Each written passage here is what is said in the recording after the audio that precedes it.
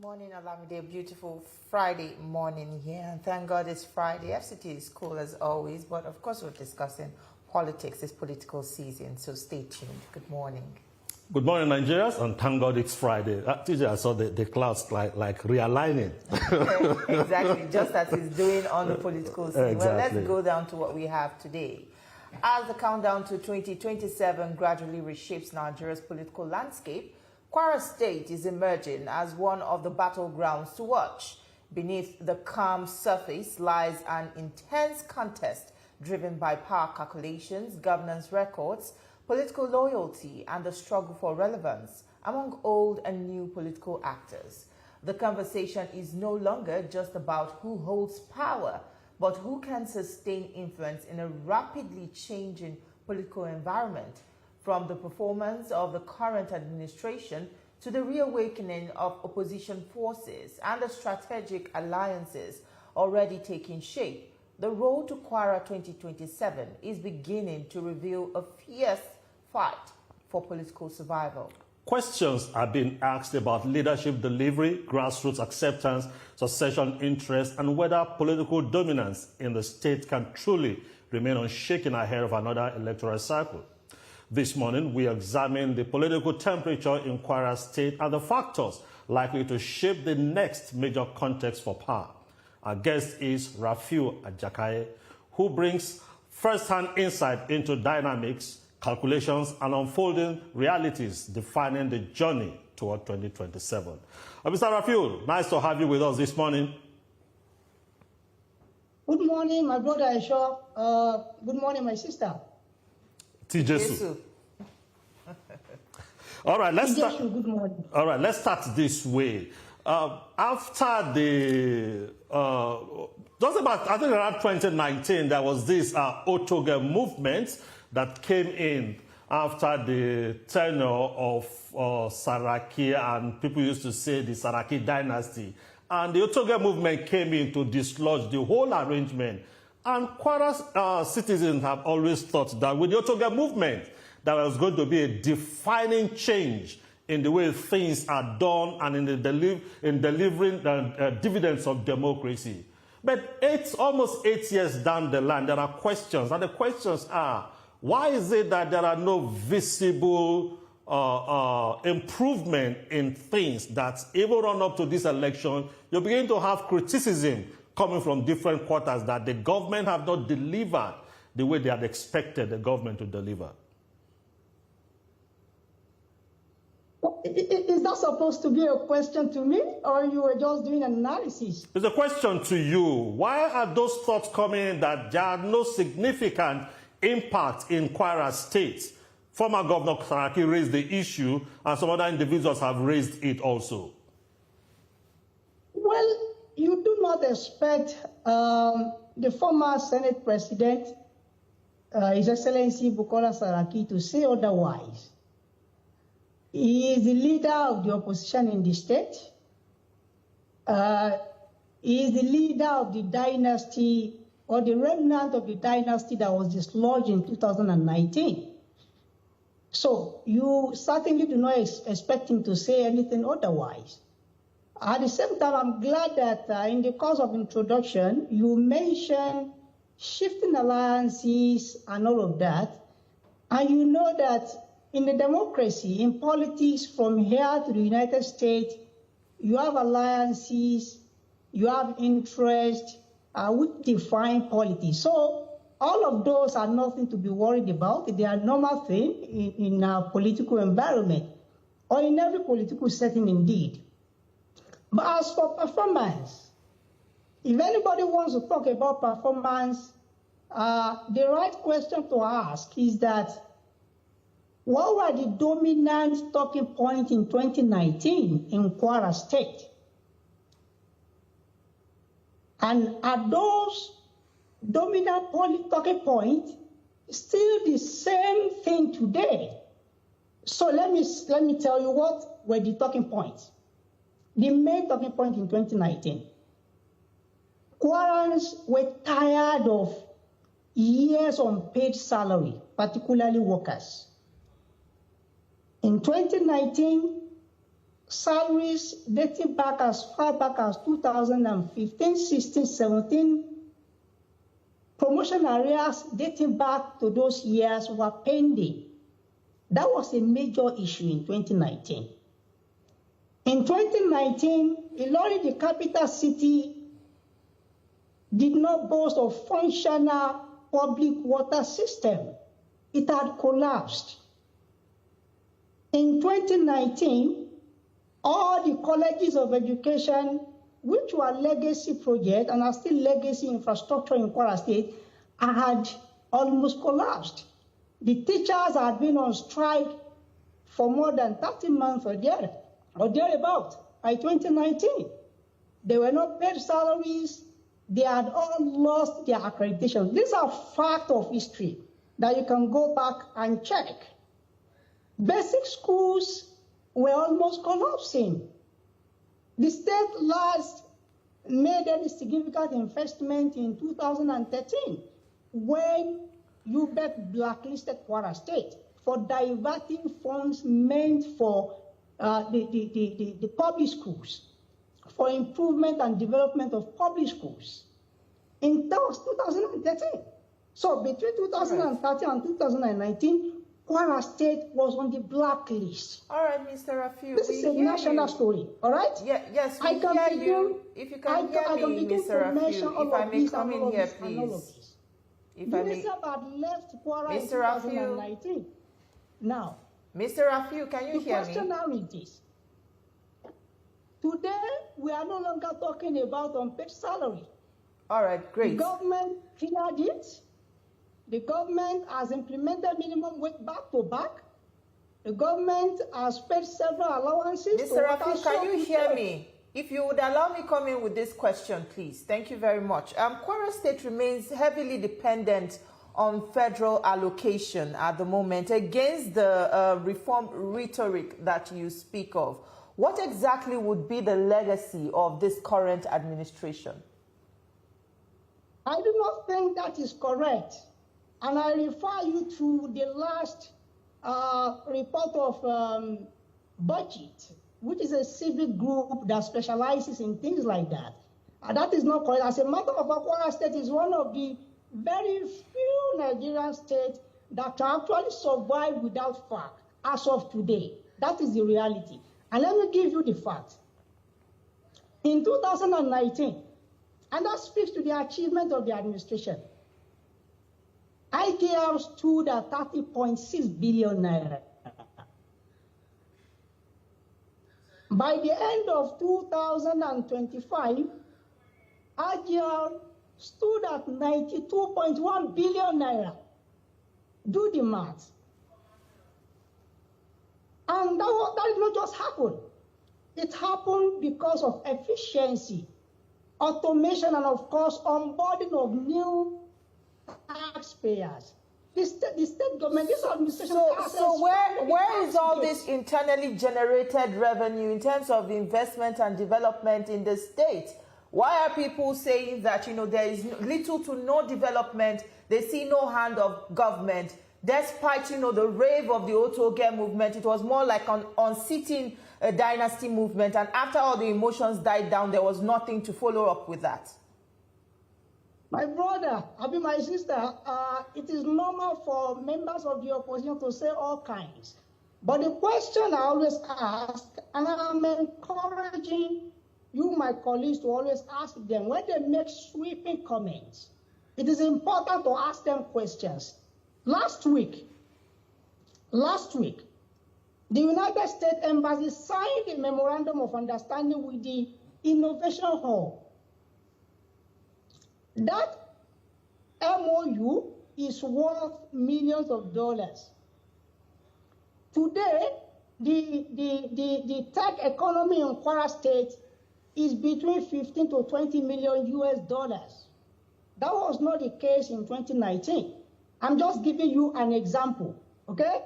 The same infrastructure, the same facility, which His Excellency the Governor put in place, as a strategic partnership with IHS Towers.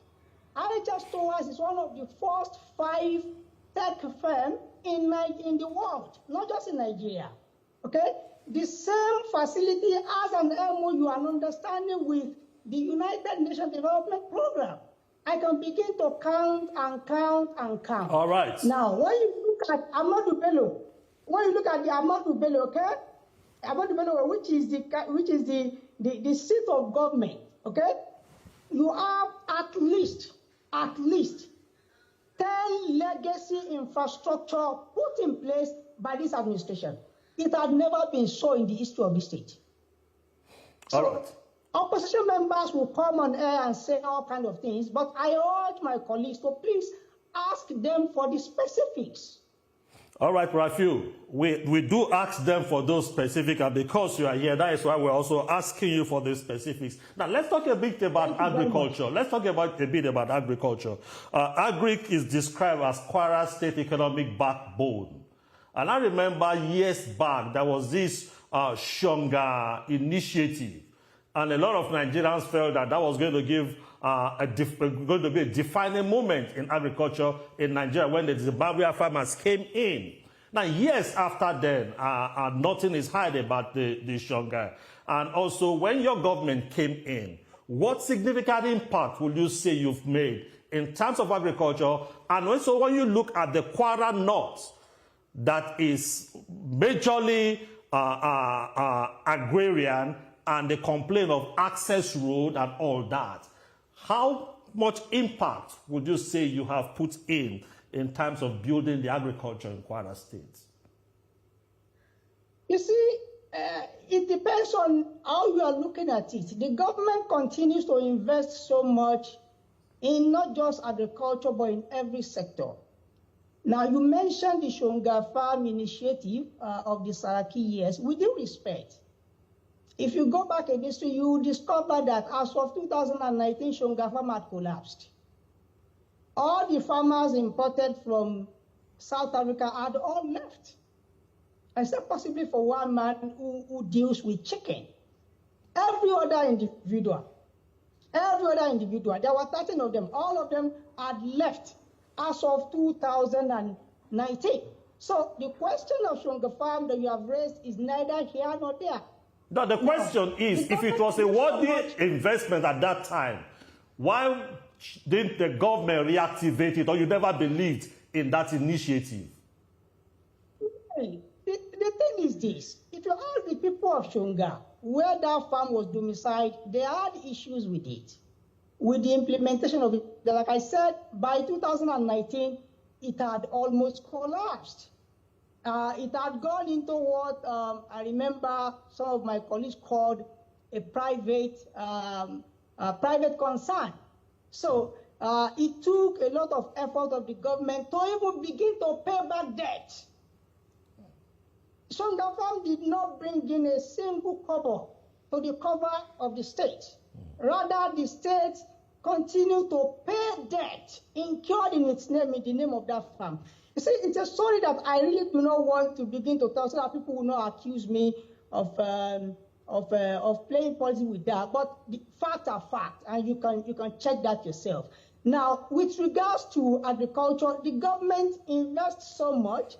Every year, year in, year out, the government supports farmers, and importantly, the government realizes that Kwara North, like Kwara South, and even Kwara Central, they need road infrastructure.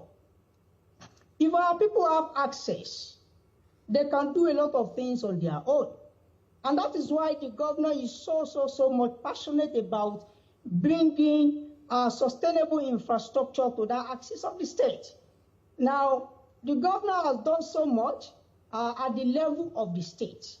Now, I can tell you that when the tax credit in 2019, when it came on board, as a governor, as an administration, it designed several roads. One of them is the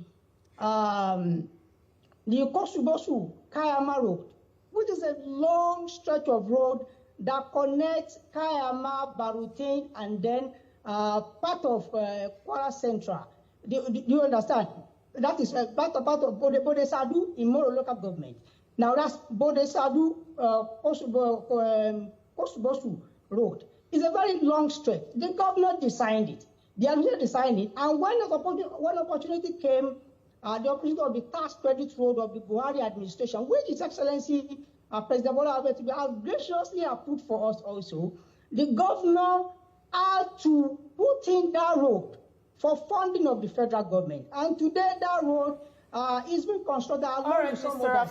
The governor actually facilitated 293 kilometers of road. All right, we hear you when you say, I hear you. Only 43 is. Mr. Rafiu, please, this is a conversation. This is a conversation. So when Mr. Rafiu, only 43 kilometers of it is between Kwara Central and Kwara South.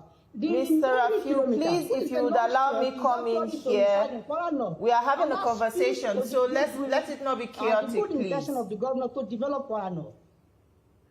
Please, Mr. Rafiu, when I try to ask you a question, because our time is limited, try to measure your conversation.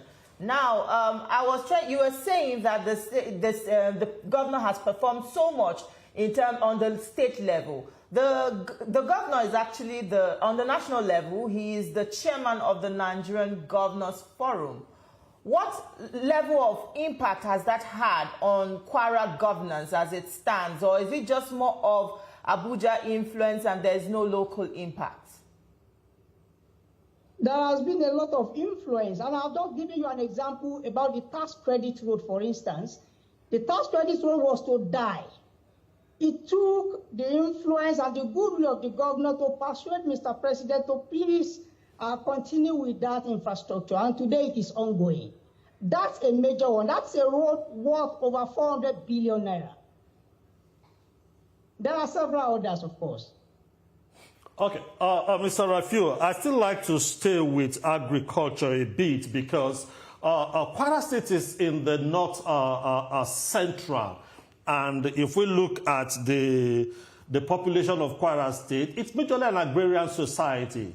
Don't you think if we have significant investment in agriculture, that Kwara can become the agri-hub of the north central? What is your government doing in terms of repositioning our Kwara State, not just as a state for civil servants, but to become the hub where you can process? Because when a lot of goods are coming from the north down south, a lot of them pass through Kwara State. So it's a major hub. So what are you doing to set it up as an advantage in the north central?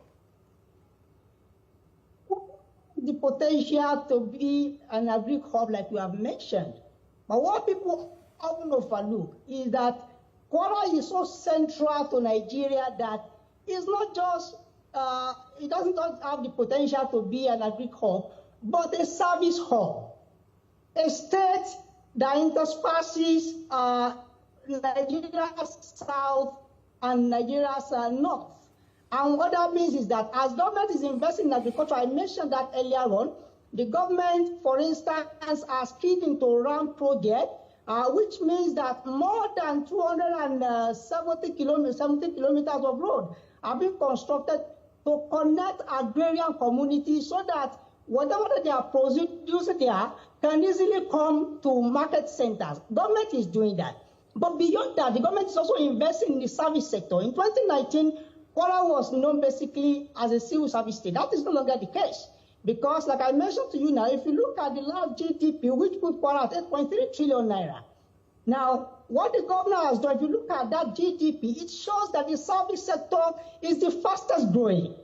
And what the governor has done is to invest in tech, is to invest in hospitality facilities and related endeavors, just like the government factor and some other things.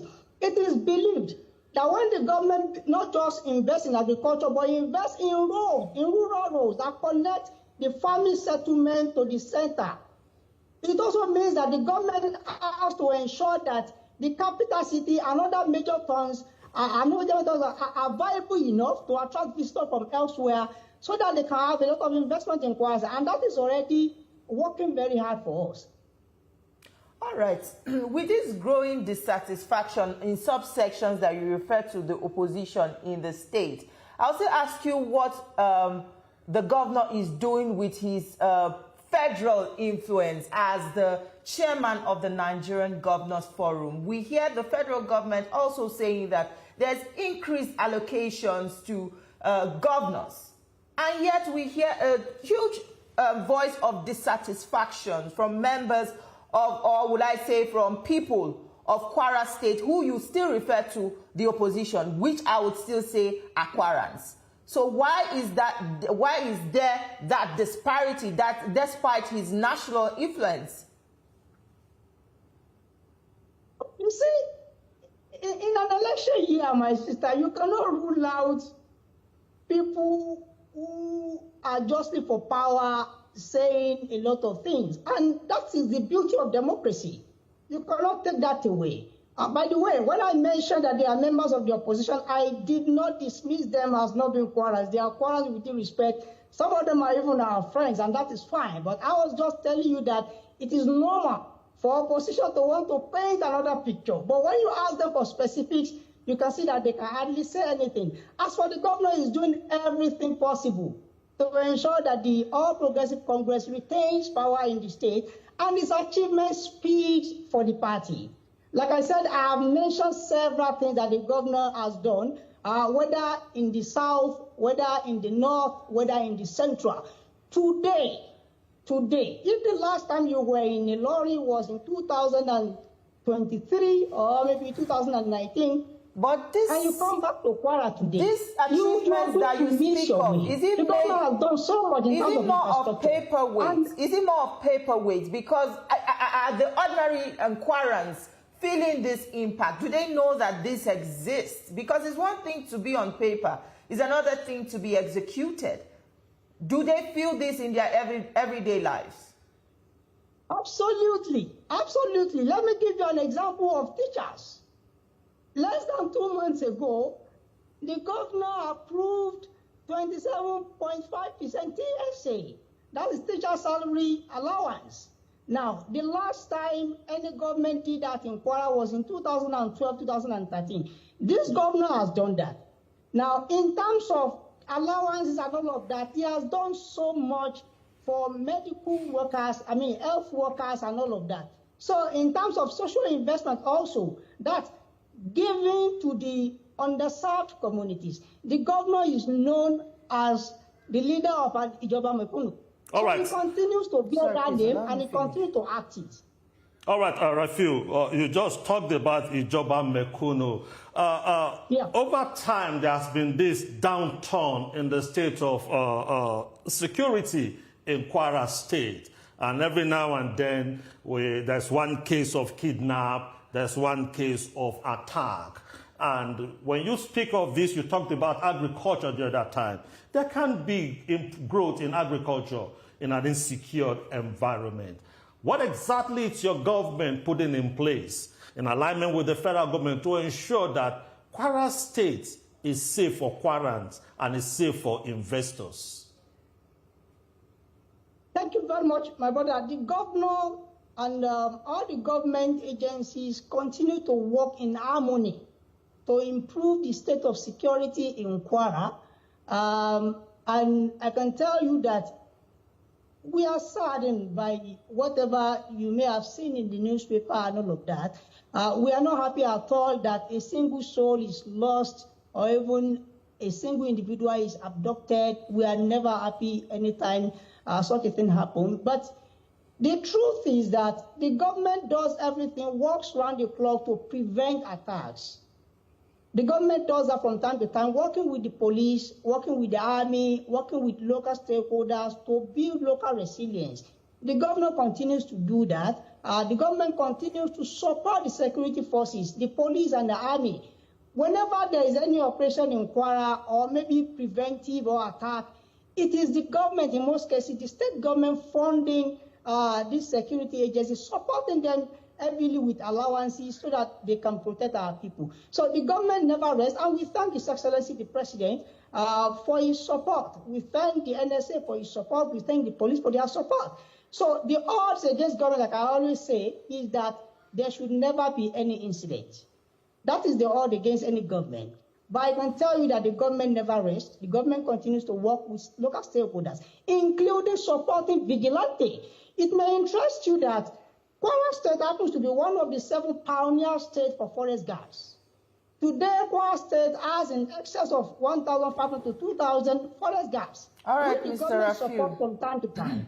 So the government never rests, and we are working for the best. Let's speak about the dynamics leading to the 2027 election. There are reports that, the governor may have sidelined, people that may have worked with him for his victory in the 2019 election. And this may, have a ripple effect on the APC coming this 2027 and may also lead to a return of the Saraki dynasty. How do you respond to these claims?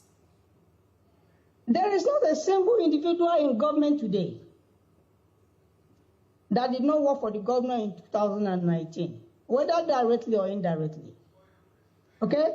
But you are aware that government has limited positions. So it is the position that are available in government that the governor will fill. And then the government extends, I am privy to this, the government extends a lot of patronage to different stakeholders. I know that as a matter of fact. I was his press secretary and I know this. Perhaps what people take advantage of is that the governor is a very quiet man. He's a man who spends so much. He's a very kind man who extends a lot of generosity to different layers of the society. But you know the way humans behave. All right. And I must say the governor is not perfect. But as far as humans are concerned, he has done so much. Okay, just whether quickly. at the level of infrastructural development or supporting the party structures. All right. Just quickly, run up to 2027 election. The governor is from Kwara Central. Will the governor be favoring a senatorial zone other than Kwara Central for the APC ticket to succeed him?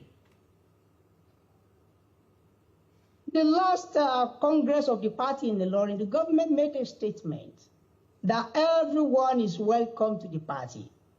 Everyone is welcome to contest. And when you look at the situation today, you can see that is what is playing out. There are aspirants from Central, there are aspirants from the North, there are aspirants from the South.